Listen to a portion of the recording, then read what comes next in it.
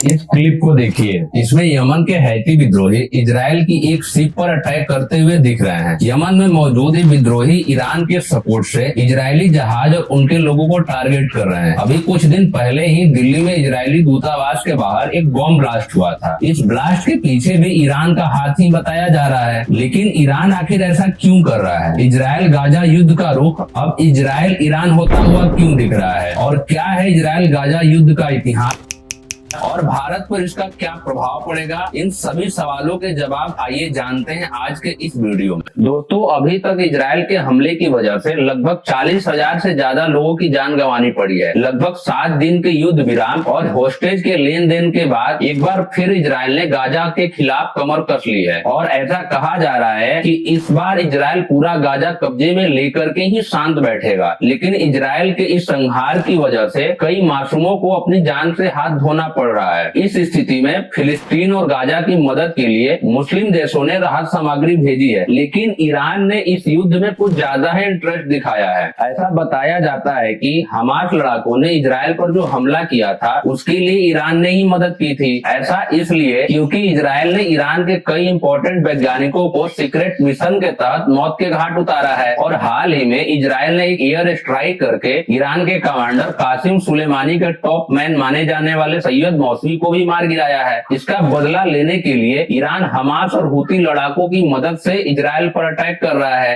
Video में आगे बढ़ने से पहले हमें ये जानना होगा कि आखिर हमास ने शुरुआत में इजराइल पर हमला कैसे किया था और क्यों किया था, जिससे इस युद्ध की शुरुआत हुई। इजराइल पर जब ये अटैक हुआ तो सबसे पहला सवाल सामने आया कि दुनिया की दूसरी सबसे एडवांस इंटेलिजेंस एजेंसी मोसाद इतने बड़े हमले से कैसे अनजान रह गई। लेकिन मोसाद का ये इंटेलिजेंस फेलियर इस युद्ध का बहुत बड़ा कारण बना। दरअसल इस हमले से पहले मोसाद का पूरा ध्यान वेस्ट बैंक में फिलिस्तीन और इजराइल के बीच चल रहे विवाद पर था। साथ ही इजरायली आर्मी का ये मानना था कि साल 2021 में हमास पर किए गए हमले के बाद हमास शांत हो जाएगा और उससे अब कोई खतरा नहीं है। लेकिन इसी शांति में गाजा पट्टी में मौजूद लड़ाके बड़े हमले की तैयारी कर रहे थे। इस साल जून 2023 में इजरायली प्रधानमंत्री बेंजामिन नेतन्याहू ने जब वहाँ की न्यायपालिका के खिलाफ एक बिल पास किया तो इजराइल की जनता और वहाँ की आर्मी प्रधानमंत्री के खिलाफ विरोध प्रदर्शन करने लगी। Protest in Israel igniting as Israeli lawmakers approve a key part of a divisive plan to overhaul the country's judicial system. For the past 3 months,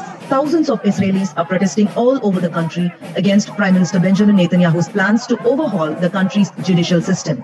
ऐसा इसलिए क्योंकि इजराइल में हर जवान को कम से कम 2.5 साल आर्मी में सेवा देनी होती है, जिसके बाद ही ये लोग कोई और काम कर सकते हैं। और यही लोग बेंजामिन नेतन्याहू के खिलाफ प्रोटेस्ट कर रहे थे, जिससे इजराइल की आर्मी कमजोर पड़ गई थी। साथ ही साथ अप्रैल 2023 में जब इजरायली आर्मी ने अल अक्सा मस्जिद पर हमला किया तो इससे मुस्लिम देशों का इजराइल के खिलाफ गुस्सा भड़क गया। इसी कमजोरी का फायदा उठाते हुए हमास को ईरान की मदद से तैयारी करने का मौका मिला। लेकिन इस सब में इजराइल की इंटेलिजेंस एजेंसी मोसाद इस बड़े हमले को नहीं भाप पाई। ऐसा अनुमान लगाया जा रहा है कि मोसाद को अपने डिफेंस सिस्टम आयरन डोम पर काफी विश्वास था कि उन्हें ये सिस्टम किसी भी बड़े हमले से उन्हें बचा लेगा। लेकिन आपकी जानकारी के लिए बता दें, इजराइल का सबसे एडवांस डिफेंस सिस्टम भी इस बार फेल हो गया था। दरअसल आयरन डोम सिस्टम की एक्यूरेसी लगभग 90% के आसपास बताई जाती है। यानी एक बार में 100 मिसाइल में कोई इजराइल पर दागता है तो मुश्किल से 10 मिसाइल ही जमीन पर गिरेगी। लेकिन इसी लूप होल का फायदा उठाकर हमास ने एक साथ 5000 मिसाइल लॉन्च कर दिया, जिसमें से लगभग 500 मिसाइल इजराइल की जमीन पर गिर गई और सैकड़ों लोगों को जान से हाथ धोना पड़ा। और जब तक इजरायली आर्मी को इस हमले के बारे में पता लगा तब तक हमास की आतंकी समुद्र के रास्ते बॉर्डर की फेंसिंग तोड़कर और कुछ पैराग्लाइडिंग का यूज करके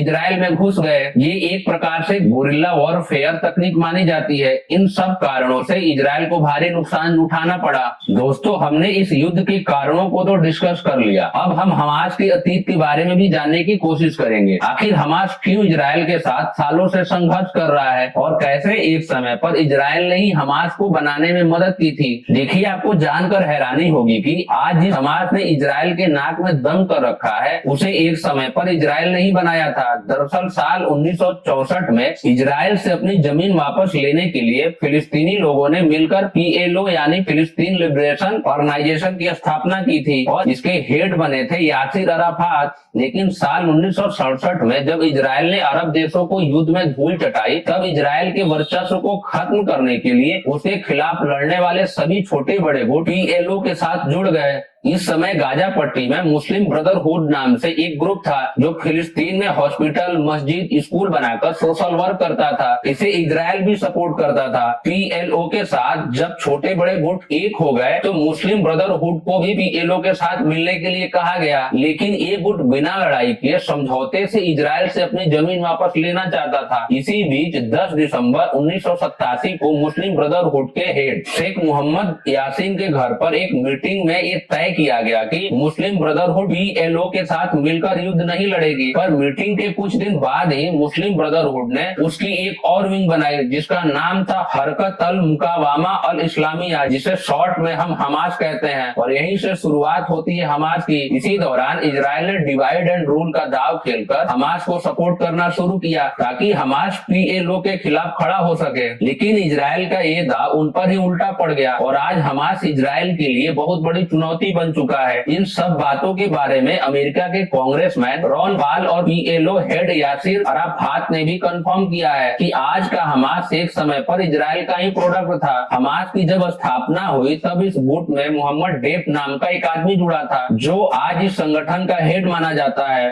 और उसे पूरी दुनिया की पुलिस ढूंढ रही है। कई रिपोर्ट्स के अनुसार मोहम्मद डेफ ने ही इजराइल पर हमले की तैयारी की थी, यानी कि इस पूरे हमले का असली मास्टरमाइंड मोहम्मद डेफ ही था। उसने ही इजराइल के खिलाफ ऑपरेशन अल अक्सा फ्लड नाम से ऑपरेशन के तहत इस हमले को अंजाम दिया था। इस हमले का नाम अल अक्सा फ्लड इसलिए रखा गया था क्योंकि अल अक्सा मस्जिद पर हुआ एक विवाद इस पूरे अटैक का कारण बताया जा रहा है। दरअसल साल 2021 में इजरायली आर्मी और फिलिस्तीनियन के बीच अल अक्सा मस्जिद के पास पत्थरबाजी हुई थी, जिसके बचाव में आर्मी ने रबर बुलेट्स का इस्तेमाल किया था। इस विवाद के बाद कुछ फिलिस्तीनियन का ये कहना है कि जो बुलेट्स आर्मी ने चलाई थी वो उनके पवित्र धार्मिक स्थान यानी अल अक्सा मस्जिद पर भी लगी थी। इससे वहां रह रहे मुस्लिम लोगों की भावना आहत हुई थी और इसका बदला लेने के लिए मोहम्मद डेफ ने उसी दिन 7 अक्टूबर 2023 को हमला प्लान किया था और उसे इस हमले में मदद की ईरान ने। लेकिन अब सवाल ये आता है कि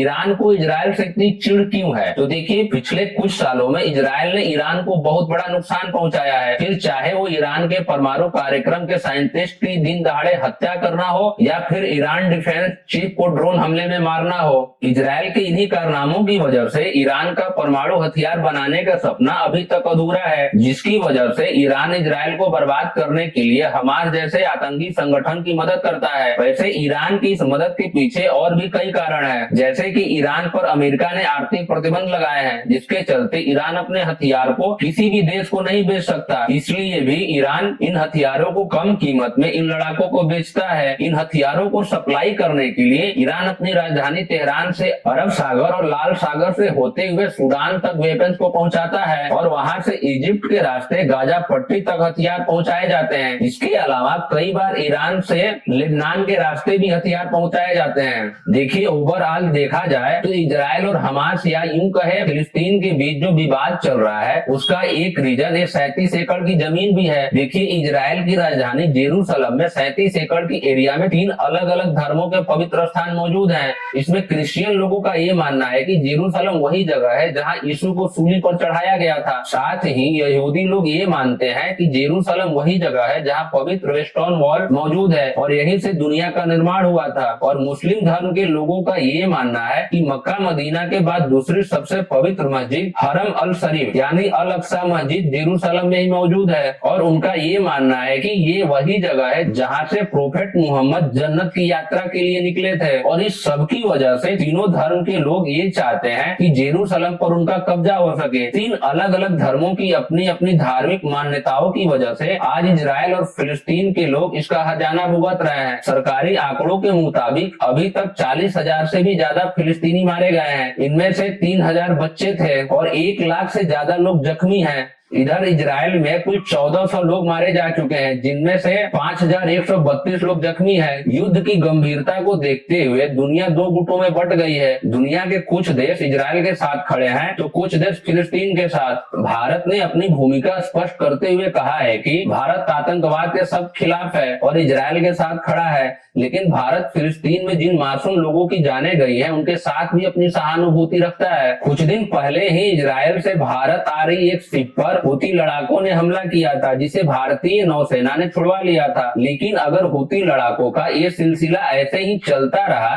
और उन्होंने रेड सी से आने जाने वाले जहाजों पर हमले शुरू किए तो दुनिया भर में ऑयल और सामान का इंपोर्ट एक्सपोर्ट रुक जाएगा, जिसकी वजह से अल्टीमेटली महंगाई बढ़ सकती है। इजराइल और फिलिस्तीन के इस वॉर में मिडिल ईस्ट में मौजूद मुस्लिम देश एक तरफ और बाकी डेमोक्रेसी दूसरी तरफ है। ऐसे में हमें ये नहीं भूलना चाहिए कि मिडिल ईस्ट के ज्यादातर देश दुनिया भर में ऑयल एक्सपोर्ट करते हैं और इस युद्ध के चलते हो सकता है कि क्रूड ऑयल की कीमतें आसमान छूने लगे, जिससे महंगाई भी बढ़ेगी और भारतीय अर्थव्यवस्था के लिए भी ये युद्ध काफी नुकसानदायक हो सकता है। ऐसा इसलिए क्योंकि भारत के लिए इजराइल एक ट्रेड सरप्लस देश है, यानी जितना भारत इजराइल से इंपोर्ट करता है उससे ज्यादा इजराइल को एक्सपोर्ट करता है और इससे भारत के अंदर फॉरेक्स रिजर्व आता है। पिछले साल भारत ने 18,600 करोड़ रुपए का सामान इजराइल से इंपोर्ट किया था और 68,000 करोड़ रुपए का सामान एक्सपोर्ट किया था। इससे भारत को 49,400 करोड़ रुपए का प्रॉफिट हुआ था। इस साल के आंकड़ों के मुताबिक भारत ने अप्रैल से जून तक 7,000 करोड़ का सामान इंपोर्ट किया और 11,000 करोड़ रुपए का सामान एक्सपोर्ट किया। लेकिन इस युद्ध के कारण ये आंकड़े बदल सकते हैं। इसके अलावा इजराइल भारत के लिए डिफेंस के मामले में भी बहुत महत्वपूर्ण है, क्योंकि भारत हर साल लगभग $1 बिलियन के रक्षा हथियार इजराइल से इंपोर्ट करता है। इसलिए इजराइल के लिए भी भारत सबसे बड़ा डिफेंस इंपोर्टर देश है। ग्लोबल लेवल पर देखा जाए तो इजराइल का पड़ोसी देश इजिप्ट के पास मौजूद मेडिटेरियन सी को रेड सी से जोड़ने वाली स्वेज नहर मौजूद है। इस रूट से हर दिन दुनिया की टोटल ट्रेड का 12% सामान ट्रांसपोर्ट होता है। हर वीक में यहाँ से लगभग $10 मिलियन का सामान गुजरता है। ऐसे में इजिप्ट इजराइल के बीच संबंध अच्छे न होने की वजह से अगर युद्ध के चलते इस रूट को ब्लॉक किया गया तो इससे दुनिया भर का इंपोर्ट और एक्सपोर्ट रुक जाएगा। कई देशों की इकोनॉमी गिर सकती है। इसकी एक झलक दुनिया देख भी चुकी है, जब इसी स्वेज नहर में कुछ साल पहले एक शिप फंस गई थी। जैसा कि अक्सर होता है जियोपॉलिटिक्स में, कोई भी देश एक दूसरे का मित्र नहीं होता। सबके अपने अपने फायदे और नुकसान छुपे होते हैं। इजराइल के अपने फायदे हैं और ईरान के अपने और हमास के अपने। ऐसे भारत को भी ईरान के साथ साथ इजराइल और फिलिस्तीन से भी बैलेंस बनाए रखना है और हम आशा करते हैं कि ये युद्ध जल्द ही समाप्त हो और शांति बनी रहे। आपको ये वीडियो कैसा लगा कमेंट बॉक्स में जरूर बताएं।